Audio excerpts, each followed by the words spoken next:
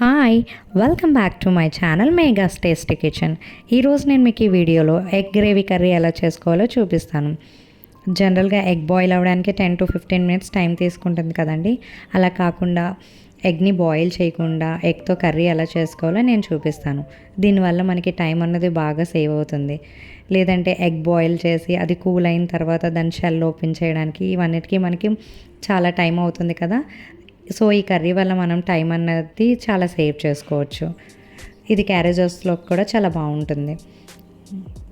ముందుగా stove on చేసుకొని pan పెట్టుకొని ఒక 2 పెద్ద ఆనియన్స్ కట్ చేసుకొని ఒక 3 చిల్లీస్ వేసుకొని బాగా ఫ్రై చేసుకోవాలి. ఆనియన్స్ బాగా ఫ్రై అయిన తర్వాత కొంచెం అల్లం వెల్లుల్లి పేస్ట్ వేసుకోవాలి.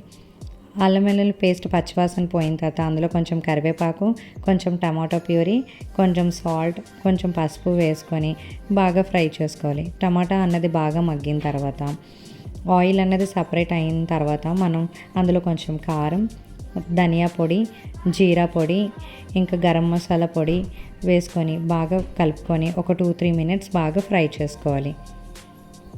ఇలా బాగా ఫ్రై అయిన దాంట్లో నేను ఆల్రెడీ 2 గ్లాసెస్ ఆఫ్ వాటర్ని బాయిల్ చేసుకున్నాను. అలా బాయిల్ చేసుకోవడం వల్ల మనకి టైం అన్నది కూడా బాగా సేవ్ అవుతుంది.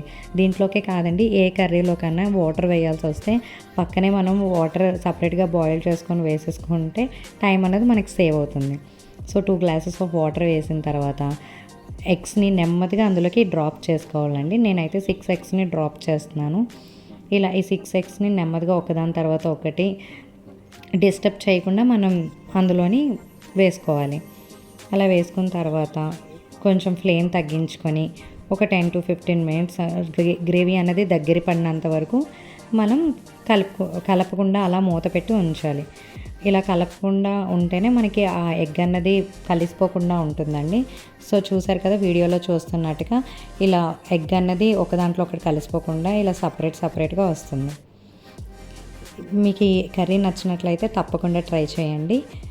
అలాగే ఎవరైతే నా ఛానల్ని సబ్స్క్రైబ్ చేసుకోలేదో ప్లీజ్ సబ్స్క్రైబ్ చేసుకోండి. అలాగే షేర్ చేయండి.